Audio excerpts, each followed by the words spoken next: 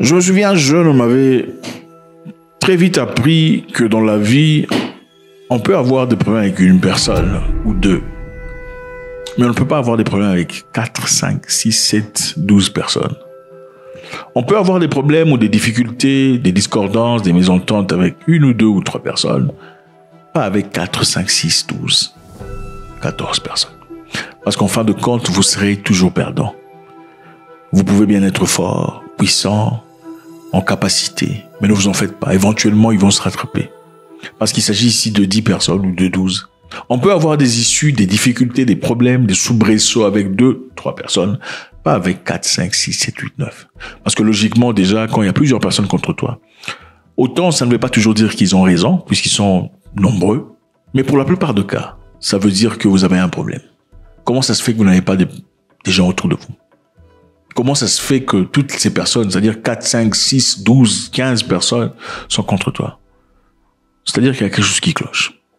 Éventuellement, qu'est-ce qui va se passer? Ils vont se léguer. Même si tu es fort, ils se mettront ensemble. Ok? Ils vont s'associer, ils vont s'accorder et seront assez forts pour te terrasser. Voilà pourquoi il faut faire très attention. Même au boulot, c'est valide partout. Évitez des problèmes avec tout le monde. Évitez des problèmes avec tout le monde. Surtout si vous vivez dans la même communauté, dans les mêmes horizons. Ibrahim Traoré, président du Burkina Faso, a fait son atterrissage à Moscou. Bravo. Kitama Kofi. Je pense que c'est important. Dans une représentation frénétique et glorieuse pour représenter pas seulement l'Afrique, mais aussi toutes ces idées qui concordent à ce qu'il pense. Ibrahim Traoré fait preuve de beaucoup de bravoure, de beaucoup de courage, il faut le dire. La majorité des présidents africains sont des lâches, c'est vrai. Il y a beaucoup voulaient partir, ils n'ont pas eu le courage. Beaucoup voulaient partir, ils ont eu peur. Nombreux présidents, je répète, africains, auraient envie de partir, mais ils ne l'ont pas fait parce qu'ils ont eu peur. Ok? Ils chickened out. Qui sont partis? Le président zimbabwéen, Mnangagwa. Le président du Congo-Brazzaville, Denis Sassou Nguesso. Qu'est-ce qu'ils ont en commun? Ils ont été militairement formés. Intéressant, n'est-ce pas? Ok. Ibrahim Traoré à Moscou pour célébrer Victory Day, la journée de victoire soviétique lors de la Deuxième Guerre mondiale. Évidemment, une commémoration que la Russie fait chaque année pour se rappeler de tous ces militaires qui ont sacrifié de leur vie pour libérer le monde. Vous savez, généralement, les gens parlent des États-Unis et de la Grande-Bretagne quand on parle de la libération du monde en termes de Deuxième Guerre mondiale. Les gens célèbrent cela parce qu'ils sont venus dans les plages et tout le bazar pour libérer l'Italie, enfin bref, tout le bazar. Mais la réalité est qu'on ne parle pas de Moscou, on ne parle pas de l'Union soviétique qui a joué un rôle capital dans la capitulation de Hitler. À un moment donné, les militaires d'Hitler sont entrés en Union soviétique. Ils ont pris une partie de la Russie aujourd'hui. Mais ils sont venus à un moment très délicat parce que c'était l'hiver. Il faisait extrêmement froid. Ils n'étaient pas habitués. Ils ont d'abord été battus par l'hiver, ensuite achevés par des militaires de l'armée rouge. Incroyable. Alors, en commémoration, comme ils le font généralement, ils se sont dit la guerre en Ukraine ne les empêchera pas de le faire. Ils vont le faire. Et malgré les menaces de Zelensky, essayant peut-être de décourager tout le monde, éventuellement, les présidents se sont présentés. Sassou Nguesso est là, Mnangagwa est là, Ibrahim Traoré aussi est là. Alors, il a été reporté, premièrement, que Traoré est venu à travers un avion qui a été envoyé par Moscou et aussi escorté par des avions de chasse. C'est une image très intéressante à voir, c'est fort, mais ce n'est pas encore confirmé, évidemment, pas confirmé, on va devoir le confirmer pour en être certain, mais ce qui est allégué par beaucoup de sources, on dit que c'est ce qui s'est passé, on ne sait pas encore, on va voir pour vérifier, sinon on sera le premier à vous le confirmer. Mais si c'est vrai, ça fait preuve de beaucoup de fraternité, de beaucoup de considération, beaucoup de respect de la part de monsieur Poutine.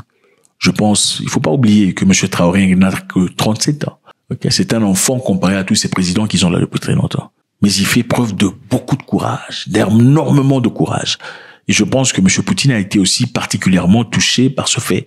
S'il a vraiment ou véritablement envoyé un avion, il paraîtrait qu'il aurait aussi envoyé un avion pour Mnangagwa pour l'escorter. Ce qui est intéressant à raconter ici aussi, il y a le président Fico de la Slovaquie qui s'y rend aussi, je suis pas sûr s'il est déjà arrivé, mais qui a connu quelques difficultés par des pays européens voisins qui lui ont refusé accès à leur espace aérien parce que M. Fico, par chez Poutine. Incroyable, n'est-ce pas? Donc, si tu parles avec celui qui n'est pas mon ami, désormais, je te ferme la porte. Ton enfant que j'emmène en voiture, puisque j'ai l'habitude de le faire, je ne veux plus l'emmener. C'est un peu ça. La visite de Traoré s'inscrit dans le contexte de renforcement de liens du Burkina Faso avec Moscou, suite au coup d'État de 2022 qui a éloigné le pays de l'influence française. Traoré a déjà participé au sommet Russie-Afrique, notamment à Saint-Pétersbourg en 2023, où il a rencontré Vladimir Poutine et critiqué le néocolonialisme. Je m'en vais m'excuser auprès des anciens que je pourrais vexer dans mes propos à venir. Africanité oblige, les droits d'aînesse, je me dois de m'excuser. Camarades, j'ai quelques questions donc de ma génération, mille et une questions qu'on se pose. Mais nous n'avons pas de réponse. Et il se trouve qu'ici, nous pouvons laver donc notre linge sale parce qu'on se sent en famille. On se sent en famille en ce sens que la Russie est une famille aussi pour l'Afrique. Les questions que mes générations se posent sont les suivantes, si je peux me résumer. C'est de ne pas comprendre comment l'Afrique, avec tant de richesses sur notre sol, avec une nature généreuse, de l'eau, du soleil en abondance, l'Afrique est aujourd'hui le continent le plus pauvre. L'Afrique est un continent affamé. Et comment se fait-il que les chefs d'État traversent donc le monde à mendier? Voici des questions que nous nous posons et que nous n'avons pas de réponse jusque-là. Nous avons l'occasion de tisser de nouvelles relations. Et j'espère que ces relations puissent être les meilleures pour donner un meilleur avenir à nos peuples. Ce voyage renforce ce partenariat stratégique du Burkina Faso avec la Russie, notamment la coopération militaire avec les forces russes, comme le African Corps américain. Donc, on sait voir, regardez comment Traoré et Poutine se serrent la main, c'est l'amour. Traoré idolâtre Poutine, et c'est ok de dire ça, il n'y a pas de concurrence ici, ce n'est pas son ami, c'est son vieux. Hein? Respect, faut garder le cadre. C'est normal. Chacun a besoin d'un mentor, ok? Il regarde, c'est un monsieur âgé, beaucoup plus âgé que lui, beaucoup plus d'expérience et en beaucoup plus de capacités. Mais c'est une personne qui déploie des choses, des aspirations dont il a besoin. Et c'est ça. Monsieur Poutine voit en Traoré un jeune Africain hors de pair, en capacité et qui a certainement l'esprit chevaleresque. Une personne, certainement, qu'il faudrait soutenir dans ses démarches.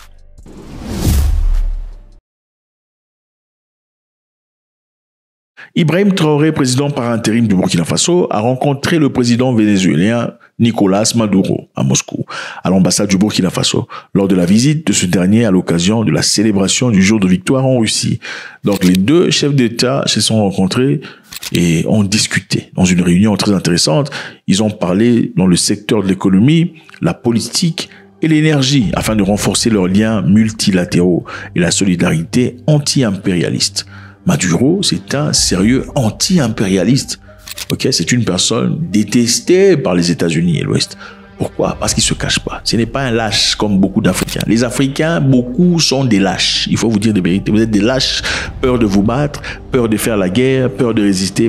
C'est seulement l'Afrique du Sud qui a le courage d'aller accuser le pays qu'on ne cite pas là-bas, pour ce qu'ils sont en train de faire aujourd'hui. L'Afrique du Sud seule. Et d'ailleurs, les autres pays africains se sont levés contre l'Afrique du Sud parce que l'Afrique du Sud s'est levée pour ce qui pensait être droit devant les yeux de plusieurs personnes. Je répète, les pays africains se sont levés contre l'Afrique du Sud parce que l'Afrique du Sud est partie accuser le pays qu'on ne cite pas.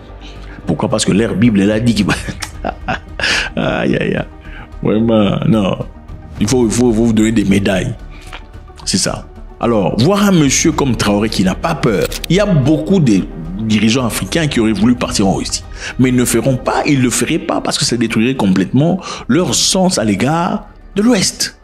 Il y a beaucoup de pays africains qui savent, au plus profond de... Voilà pourquoi ils étaient incapables de voter contre la Russie dans l'Union, machin, histoire là, Nations Unies. Ils étaient incapables de le faire. Pourquoi? Parce que dans leur conscience, vous savez, c'est difficile de foutre sa conscience. Tu peux essayer une ou deux fois. Leur conscience leur a dit, ah, ces gens ici ne nous ont pas colonisés. Mais maintenant, c'est difficile de partir en Russie parce que là, il y a une ligne droite qui s'établit. Une ligne qui divise l'Ouest et l'Est. Qui va partir et qui n'ira pas? Le chef de la Mongolie sera là. L'Iran sera là. La Chine sera là. Le Brésil sera là. Maduro du Venezuela sera là. Mnangagwa du Zimbabwe sera là. Traoré sera là. Le président Sassou Nguesso sera là. C'est très intéressant. Ce sont des gens qui n'ont pas peur. Ils s'en foutent éperdument. Et généralement, des gens comme ça ne sont pas lâches. Ça ne veut pas essentiellement dire qu'ils sont tous bons, mais ça veut dire qu'ils ne sont pas lâches. Ok? Monsieur Traoré a rencontré Maduro, ils ont discuté. Maduro n'est pas aimé par les États-Unis d'Amérique. Pourquoi? Pour faire très rapidement. Ok? Les États-Unis est un pays capitaliste. Ok? Marché ouvert. Le Venezuela est un pays socialiste. Le Venezuela a arrêté d'être capitaliste pour devenir socialiste. Le capitalisme, c'est quoi? On va essayer d'expliquer de manière très bête pour que tout le monde comprenne.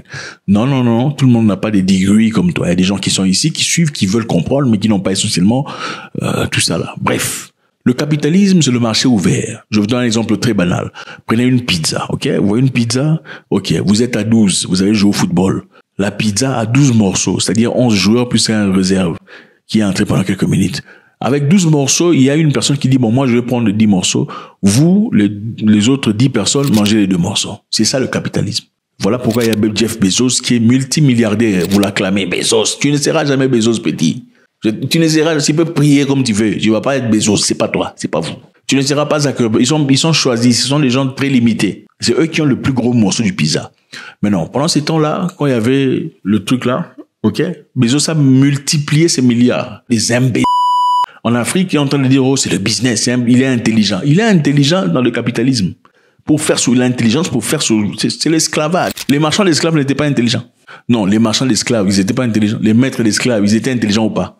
Ceux-là qui prenaient les femmes là pour les prendre de force, pour faire des enfants qui vont travailler, ils étaient intelligents ou pas? Ils étaient intelligents parce que voilà, je vais te prendre de force, tu vas me faire des enfants qui vont travailler dans les champs. C'est intelligent, non? C'est comme ça que vous réfléchissez. Alors, le socialisme, vous avez la même pizza, ok?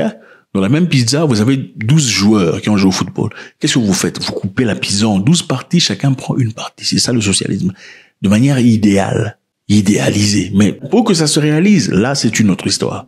Là, c'est compliqué. Mais en réalité, c'est un peu ça. Le Venezuela s'était décidé de quitter le capitalisme pour embrasser le socialisme, dans l'objectif de prioriser la population du Venezuela et pas les entreprises étrangères comme le font les Américains généralement. Alors c'est à partir de là que leur relation a complètement basculé.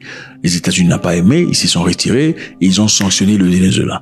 Le Venezuela produit beaucoup de pétrole, beaucoup de oil, je sais pas comment, pétrole, voilà, et de gaz. Ils en ont beaucoup. Les États-Unis ont demandé à plusieurs pays de ne plus acheter le gaz ou le pétrole vénézuélien, de peur d'être sanctionnés. D'ailleurs, récemment, il y a même pas longtemps, le 24 mars, en effet, qu'il imposerait des droits de douane de 25% sur toutes les importations en provenance de tout pays achetant le pétrole et le gaz vénézuélien, à compter du 2 avril. Donc, il est à peine arrivé au pouvoir. Il dit, si vous achetez chez les Vénézuéliens, 25% de tarif sur tout ce que vous importez chez nous.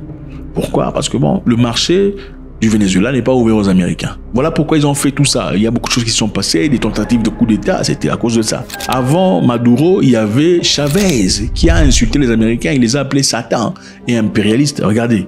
Alors bref, c'est un peu ça. On ne rentrera pas dans les profondeurs ici, les profondeurs on le fera chez les privés dans notre groupe Join. Si vous voulez faire partie de cela, cliquez le bouton ici, ok? Suivez la procédure et on se retrouve là-bas pour plus de précision et plus de détails, ok? Et plus de vidéos qui ne sont pas disponibles ici. Alors, vous comprenez facilement que M. Traoré s'élève à un niveau révolutionnaire inédit et ça impressionne. Donc félicitations, encore une fois, il est arrivé à Moscou, encore une fois, il a été rapporté qu'il a voyagé avec un avion qui était frété par Poutine et un avion qui était accompagné d'avions de chasse. C'est ce qui est dit, on n'a pas encore confirmé, si on le confirme, on vous fera savoir. Il a aussi été dit que M. Traoré a voyagé avec son pistolet, comme d'habitude, chose qui n'a pas encore tout à fait été confirmée. Évidemment, si c'est confirmé, on sera le premier à vous faire savoir. Faites-moi savoir ce que vous en pensez, c'est toujours avec beaucoup de plaisir. God bless.